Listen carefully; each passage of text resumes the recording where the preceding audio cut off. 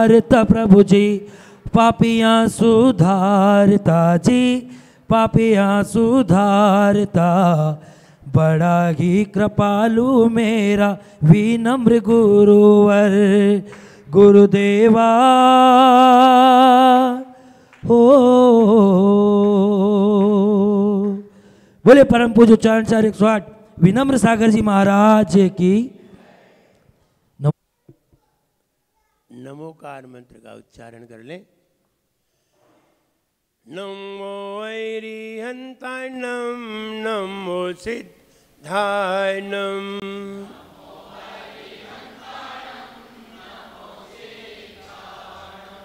नमो आयर्याणं नमो उवच्छायाणं,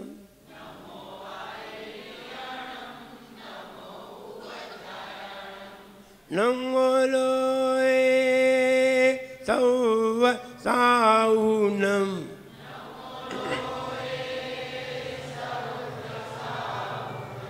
नमो लोए सौव साउनम।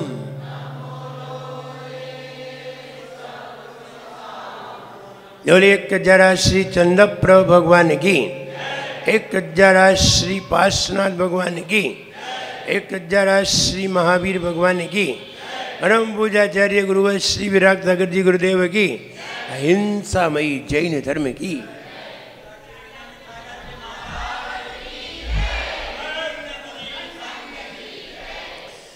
पैदा कर तू नया अमल, कर देती है भाव विमल। पैदा कर तू नया अमल, कर देती है भाव विमल।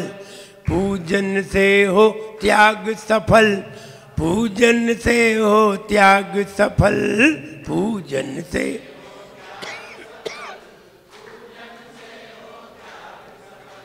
दिल से इसकी करे पहल, मिल जाएगा मोक्ष महल।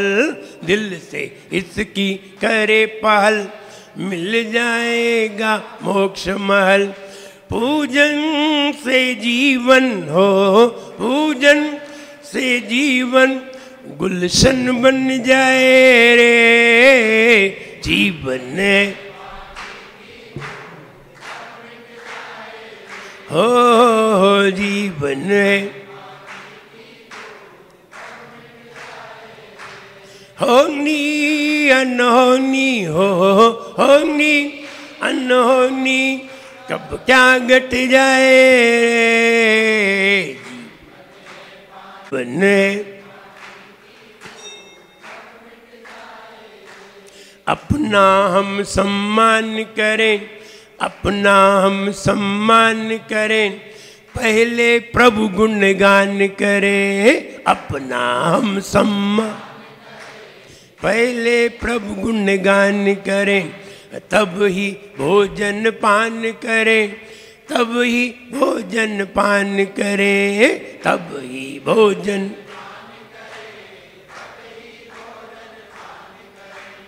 ऐसा तू कर जाएगा कहीं नहीं दुख पाएगा, ऐसा तू कर जा। गुरु का आशीष हो, गुरु का आशीष फिर हरदम पाए रे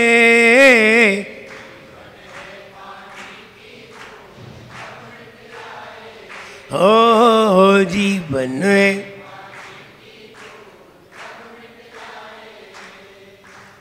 पैदा कर तू नया अमल, कर देगी है भाव अमल। पैदा कर तू नया अमल, कर देती है भाव विमल। पूजन से हो त्याग सफल, पूजन से हो त्याग सफल।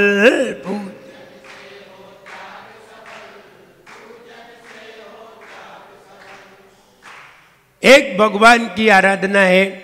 जब हम भगवान की आराधना करने जाते हैं तो समझिए हम सबसे पहले भगवान का ही सम्मान नहीं करते, अपना भी सम्मान करते हैं। भगवान के सम्मान में अपना सम्मान है और अपने अपमान में भगवान का भी अपमान है। आप रात्रि में भोजन करिए, भगवान ने कहा है नहीं। आप रात्रि में भोजन करिए, आप बताइए किसका अपमान करते हैं, भगवान का या अपना? आप भगवान का भी करते हैं और अपना भी करते हैं, क्योंकि आप ये भी कहते हैं कि भगवान में, आत्मा में और परमात्मा में कोई अंतर नहीं है। अंतर इतना ही है, आत्मा उसे कहते हैं जिनके ऊपर 8 कर्म लगे हुए हैं, और परमात्मा उसे कहते हैं जिसके ऊपर 8 कर्म नहीं लगे। इतना ही तो अंतर है। लेकिन आत्मा और परमात्मा में अंतर क्या है बताइए? शिकंजी में और पानी में क्या अंतर है? शिकंजी में और पानी में क्या अंतर है? क्या पानी के बिना शिकंजी हो सकती है? नहीं, पानी से ही शिकंजी बनी है। ऐसे ही आत्मा और परमात्मा में क्या अंतर है? कर्म लग गए हैं इसलिए परमात्मा आत्मा है, और कर्म हट जाए तो आत्मा ही परमात्मा है। आत्मा का सम्मान, परमात्मा का सम्मान। अपना अपमान, परमात्मा का अपमान।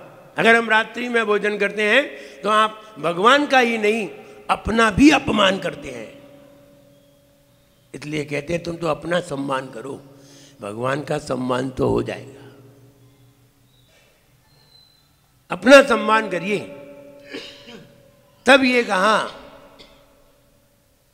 अपना हम सम्मान करें, पहले प्रभु गुणगान करें। अपना हम सम्मान करें, पहले प्रभु गुणगान करें, तब ही भोजन पान करें, तब ही भोजन पान करें, तब ही।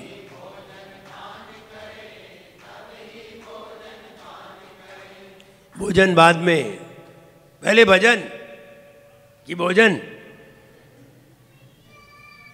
पहले भजन या भोजन? पहले भजन। अगर आपने भगवान का भजन किया है तो आपको कहीं ना कहीं भोजन जरूर मिलेगा।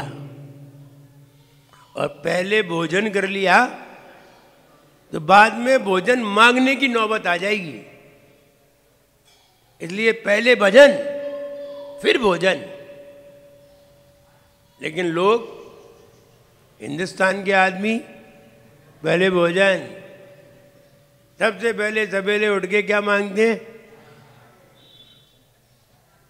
सबसे पहले मुंह बाद में धोते हैं, मुंह भी बाद में धोते हैं, पहले चाय पी लेते हैं।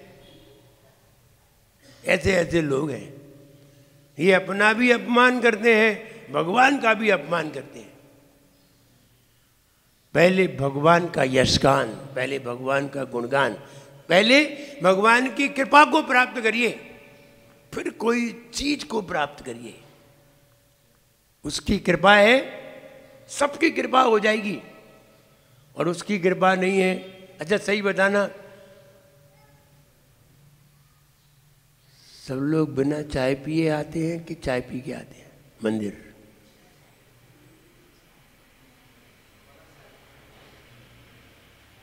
इतनी ही बता दो, कौन कौन बिना चाय पिए आते हैं वो बता दो। शेष तो चाय पी के आते ही हैं, शेष तो पी के ही आते हैं। अगर आपने सवेरे उठ के चाय पी तो आप बताइए सबसे पहले आपने किसका सम्मान किया?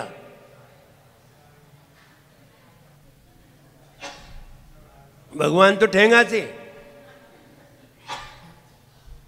सबसे पहले आपने किसका आदर किया? शरीर का। सबसे पहले तुमने इसका आदर किया है। ये कोई काम का नहीं है। जिसने इसको दिया उसको भूल गए, जिसने इसे दिया उसे भूल गए, सवेरे उठ करके खाने में लग गए। तब आचार्य महाराज कहते नहीं, सवेरे उठ करके सबसे पहले भगवान का स्मरण करो, क्योंकि भगवान का स्मरण करने के बाद जो भगवान का गुणगान करने के बाद जो व्यक्ति भोजन करता है उसके घर में कभी भी दरिद्रता नहीं होती। दरिद्रता का कारण ही यही है, जिसने भगवान को स्मरण करने के पहले भोजन कर लिया है उसके घर में दरिद्रता जरूर आएगी। आज नहीं आ पाई तो कल आ जाएगी, ऐसा नहीं है कि आएगी नहीं, जरूर आएगी।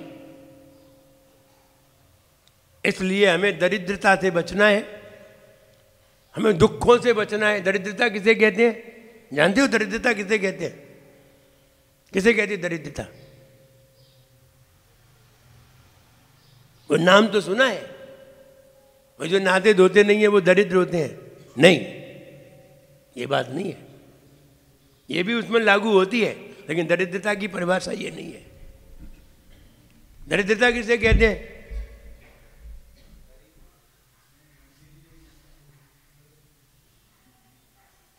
दरिद्रता किसे कहते हैं? जिसके पास जो भगवान के दर पे जाए और जिसके पास हाथ में 4 दाने भी चावल के चढ़ाने के ना हो, वो व्यक्ति दरिद्र होता है। अब इसमें नहाने धोने की बात नहीं आई है। जिसके पास 4 दाने चावल के चढ़ाने के ना हो उसे दरिद्र कहते हैं। तो खाने को क्या होगा जब चढ़ाने को ही नहीं है? जो भीख मांगता हो वो दरिद्र है, क्योंकि वो कैसे चढ़ा सकता है। इसलिए भीख मांगी चीज चढ़ाई नहीं जाती, खाई जाती है। खाने के लिए मांगा जाता है, चढ़ाने के लिए नहीं। चढ़ाया अपना जाता है। जैसे कि मुनिराज को आहार देते हैं तो पड़ोसी का आहार नहीं दिया जाता, अपना दिया जाता है। गए दूसरे के चौके में दिया है, नहीं, अपना दीजिए, वरना आपको कृपणता का दोष लगेगा।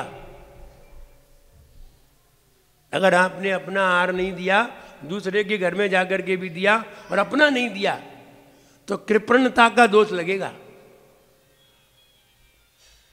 और कृपणता तो जानते हैं, कंजूस। कृपणता माने कंजूस। और जो व्यक्ति सवेरे उठ करके पहले खा ले उसके बाद भगवान को देखने जाए, इसके यहां दरिद्रता पसरती है। धीरे धीरे इतना दरिद्र हो जाएगा, खाने को नहीं होगा, इतना दरिद्र हो जाएगा। दूसरे से मांगेगा। हमने एक व्यक्ति देखा भिंड में, अगर उसकी आज की संपत्ति आज उसकी संपत्ति का अनुमान लगाएं तो उसकी आज संपत्ति अरबों में होगी। आज, उस समय तो लाखों में थी। जब हम 72-73 की बात बताएं तब वो लाखों में थी। आज तो अरबों में है उसकी संपत्ति। और हमने उस व्यक्ति को देखा, वो व्यक्ति जब हम स्कूल जाते थे, 5वीं 6वीं 7वीं क्लास में पढ़ते थे, स्कूल जाते थे बस्ता लेकर के, तो रास्ते में मिलता था। और रास्ते में टाट को ओढ़े मिलता था। टाट जैसे बोरे बनते हैं, ऐसा टाट ओढ़ करके पड़ा रहता था फुटपाथ पे। और खाने को कुछ नहीं रहता था, ना नहाता था, ना कभी कैसे क्या करता था वो ही जाने। गंदा सा पड़ा रहता था। बाजार में लोग के कचौड़ी समोसे खाते थे और धोने को फेंक देते थे, तो उसमें से कोई आलू के टुकड़े बने पड़े रह जाते थे, वो बीन के खाता था। अरबपति व्यक्ति था। घर से निकाल दिया गया, इतनी दरिद्रता आई कि उसके सारे दामाद बिल्डिंग में रहा करते थे और वो फुटपाथ पे रहता था। आप कहेंगे कैसी बेटियां थीं जो सब देखती थी और अपने पिता को, ये दरिद्रता है। इतने पूर्व में ऐसा काम जरूर किया होगा कि भगवान के पहले अपना मुंह खोल लिया होगा। इसलिए भूल करके भी भगवान के दर्शन पूजन किए बिना कभी भी अपना मुंह नहीं खोलो। खोलते हैं कि नहीं? अभी कुछ लोगों ने तो हाथ नहीं उठाए थे, तो वो तो चाय पी के तो आते होंगे। दरिद्री हो जाओगे, समझिए। और महिलाएं होकर के ऐसा करती हैं, पुरुष होकर के ऐसा करते हैं। पुरुष करते हैं तो दरिद्रता बहुत जल्दी फैलती है, क्योंकि वो मालिक है। और महिलाएं करती हैं तो परिवार में दरिद्रता फैलती है, पूरे परिवार में। इसलिए दोनों को बचना चाहिए। सबसे पहले आए तो मंदिर आए, दर्शन पूजन कर लिए, फिर अपने जाए। मैं छोटा था,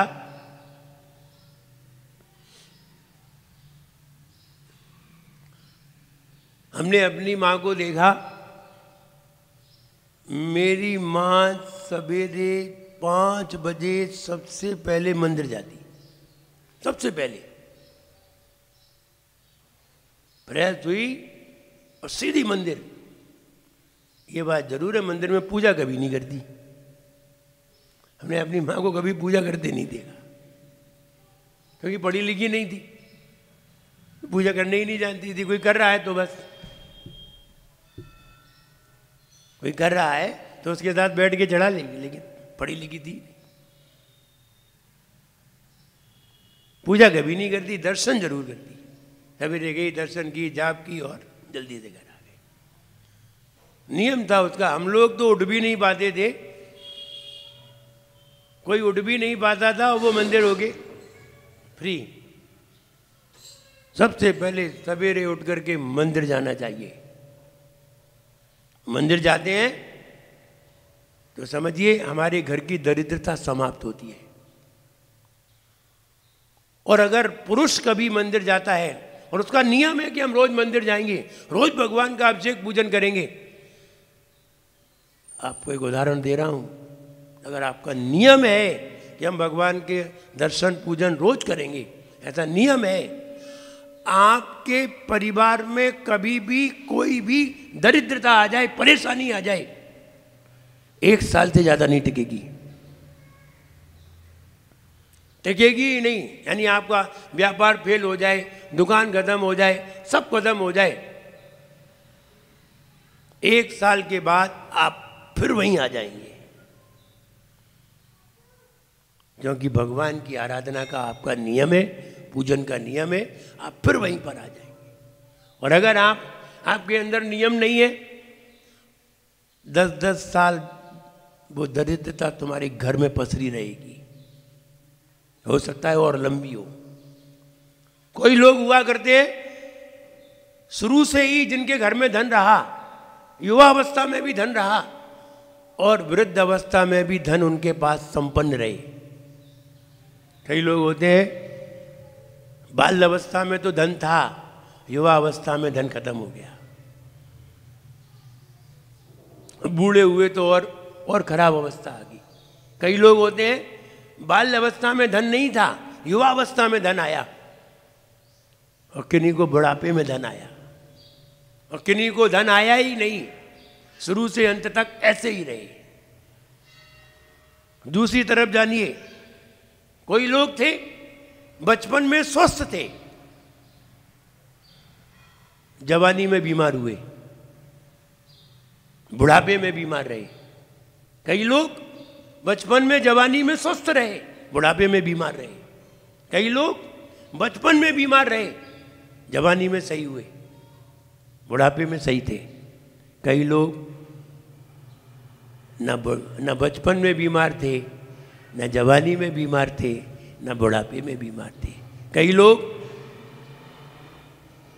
बचपन में भी बीमार थे, जवानी में भी बीमार थे और बुढ़ापे में भी बीमार थे। अब ढूंढिए कारण। एक ही घर में 3 भाई है, एक भाई शुरू से बीमार है और एक भाई स्वस्थ है। अब विचार करिए, कहो माता पिता अलग थे? नहीं। क्या तुम्हें माता पिता ने खाने पीने को नहीं दिया? नहीं। फिर तुम बीमार कैसे रहे? क्या कारण पड़ा? कारण यही है कि हमने कभी गुरुओं की सेवा नहीं की। गुरुओं की सेवा करने से बीमारी समाप्त होती है। गुरुओं की सेवा करने से बीमारी समाप्त होती है। और गुरु की सेवा नहीं की और भगवान की बहुत पूजा की तो कहीं ना कहीं बीमारी में पड़ोगे, जरूर पड़ोगे। और गुरुओं की सेवा की और भगवान की पूजन नहीं की, बीमारी नहीं होगी। और भगवान की भी सेवा की और गुरुओं की भी पूजा की, बीमार हो गए ही नहीं, शुरू से नहीं होगी। इसलिए हम ये कहना चाहते हैं, हम अपना सम्मान करें। अपने सम्मान में पहला कौन सा काम है? सबसे पहला काम है भगवान का गुणगान, भगवान की पूजन। वो हमने की नहीं तो आपने अपना सम्मान नहीं किया। आपने रात्रि में भोजन किया तो आपने अपना अपमान किया। आपने अभक्ष भक्षण किया तो आपने अपना अपमान किया। आपने ऐसी वस्तुओं को खाया जो खाने योग्य नहीं है तो आपने अपमान किया है। और आपने अगर हमने आपसे कहा भाई रात्रि में भोजन नहीं करना, हमने कहा आपसे आप बाजार में कुछ मत खाना, और हम बाजार से निकले और आप हमें बाजार में खाते हुए मिले, तो आपने मेरा सम्मान किया कि अपमान किया? क्या किया? अपमान किया। और भगवान ने कहा कि रात में नहीं खाना और आपने खाया,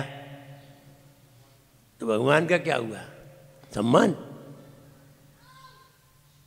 अगर भगवान देखते होते ना आंख उठा करके तो तुम्हें देखते तक नहीं, क्योंकि तुम देखने लायक भी नहीं हो। आशीर्वाद तो छोड़ो, कृपा तो छोड़ो।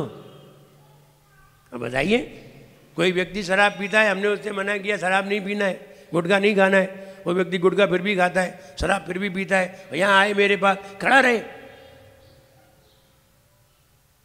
हम उसे देखें तक नहीं, क्योंकि वो व्यक्ति देखने के काबिल भी नहीं है। आप अपने पिताजी को ही देख लीजिए। किसी बेटे ने पिता के कहे अनुसार शादी नहीं की, अन्य समाज में कर ली।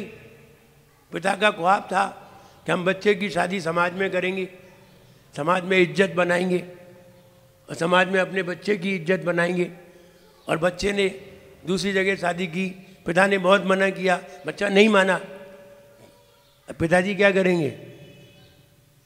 उनका सम्मान करेंगे?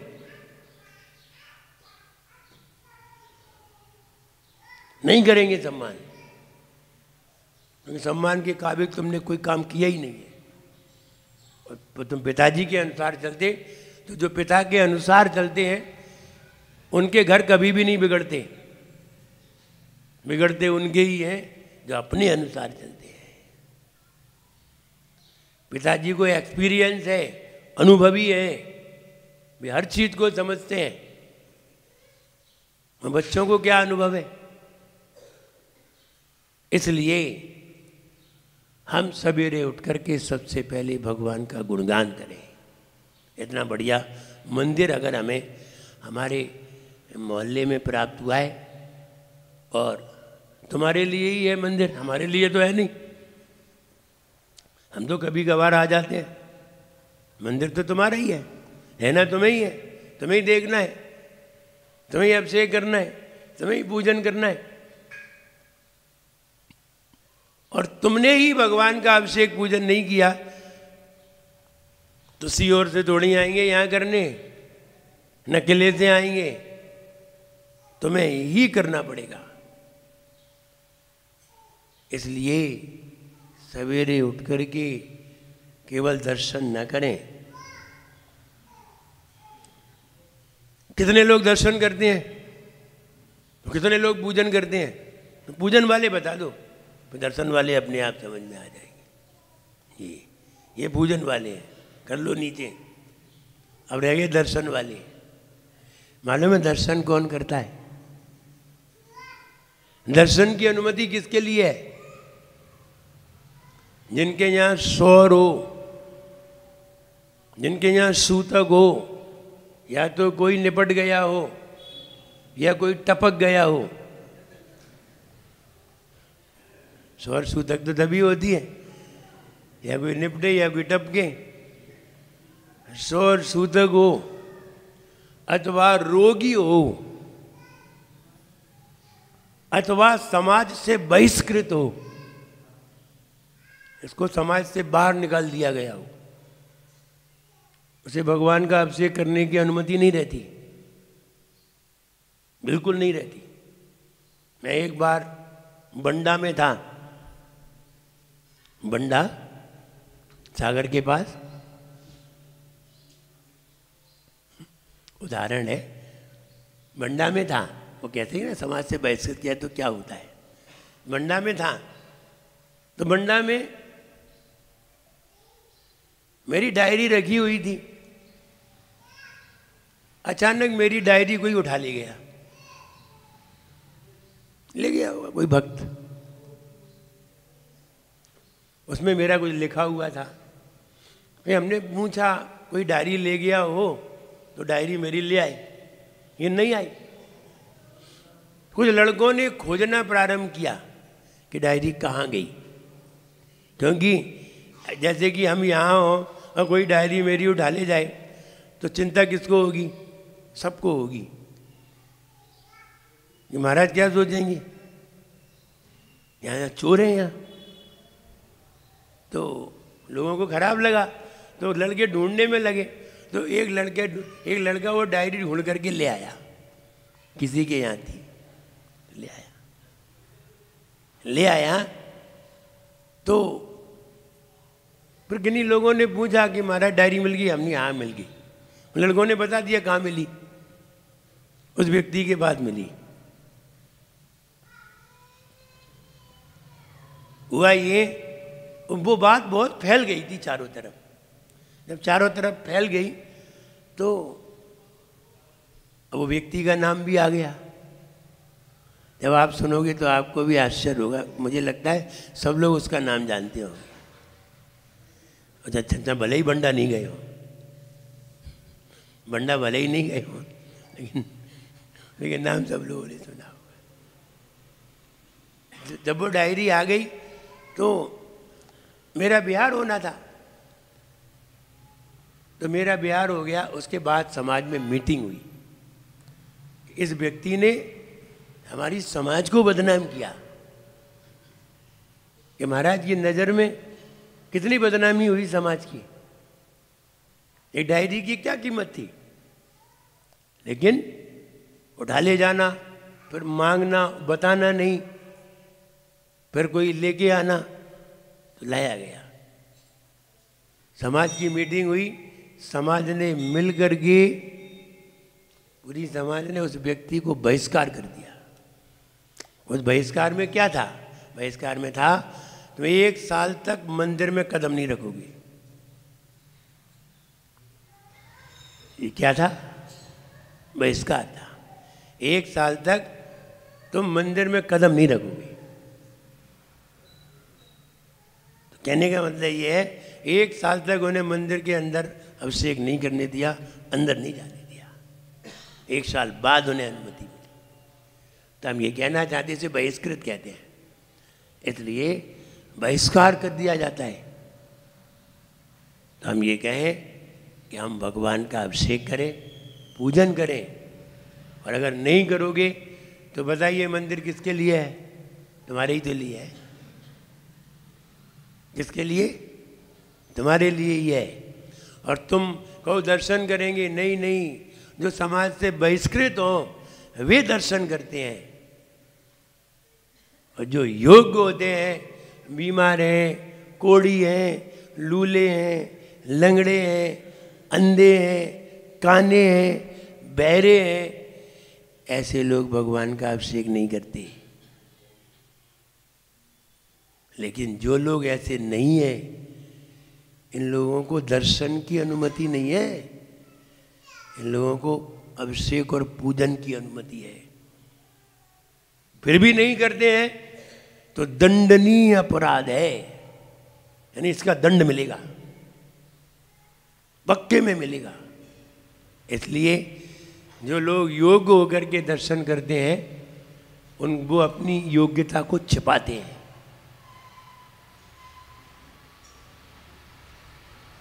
आप मंदिर में दर्शन करने आए, पूजन करने नहीं आए, तो भगवान क्या समझे? आप योग्य हैं कि अयोग्य हैं? बताइए, हम तुम्हें क्या समझेंगे? आप योग्य हैं कि अयोग्य हैं? हम पूछेंगे तो है नहीं तुमसे कि तुम्हारे यहाँ सूतक तो नहीं है, तुम्हारे यहाँ शौर तो नहीं है, तुम बीमार तो नहीं हो।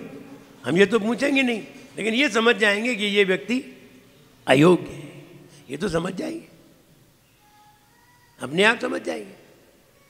क्योंकि ये व्यक्ति आहार में आहार, और सारे लोग आहार दे रहे हैं, ये व्यक्ति आहार नहीं दे रहा है। और सारे लोग पूजन कर रहे हैं, ये पूजन नहीं कर रहा है। इसका मतलब है ये अयोग्य है। यही तो समझेंगे। और भगवान क्या समझेंगे? बताइए, भगवान क्या समझेंगे? भगवान तो सब समझ रहे हैं।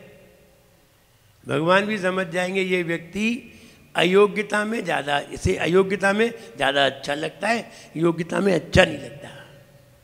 भगवान यही समझेंगे, चलो इसको अयोग्य ही बना देते हैं।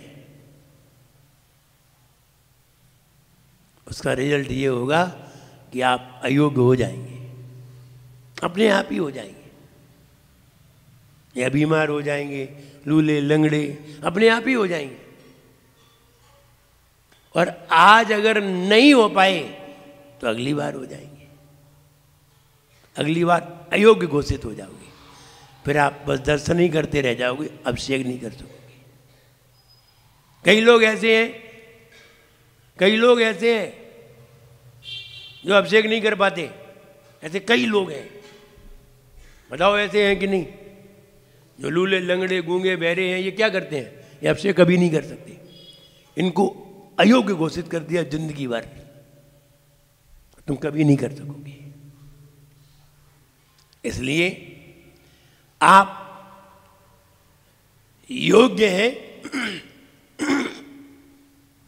तो योग्यता दिखाइए, अयोग्य है तो कोई बात नहीं। इसलिए भगवान की पूजन करिए। और भगवान की पूजन करोगे तो एक नई चीज उत्पन्न होगी, एक नया अनुभव उत्पन्न होगा, नया आनंद उत्पन्न होगा। खाने पीने में कोई आनंद नहीं है। आप बताइए, दुकान जाने में आनंद है? बताइए, दुकान जाने में आनंद है? आप दुकान मजबूरी में जाते हो कि प्रसन्न होकर के? महिलाएं घर के काम करती हैं, मजबूरी में करती हैं कि जरूरी में? बताओ, झाड़ू लगाती है, काय में लगाती है? मजबूरी में कि जरूरी में? तुम भी दुकान जाते हो, दुकान की सफाई करते हो, झाड़ू लगाते हो, मजबूरी में। सब मजबूरी है। लेकिन भगवान की पूजन मजबूरी नहीं है, जरूरी है। मजबूरी में आनंद नहीं आता और जरूरी में आनंद आता है। इसलिए जब घर में टेंशन हो जाती है, मन खराब हो जाता है, कहाँ जाते हो? मंदिर। घर में टेंशन हो जाए तो कहाँ जाते हैं? भाई मंदिर चलो, भगवान के पास चलो, वहीं शांति मिलेगी। शांति तो यही है। घर में क्या है? भले ही शांति देवी हो, लेकिन शांति नहीं होगी। नाम भले ही शांति देवी हो।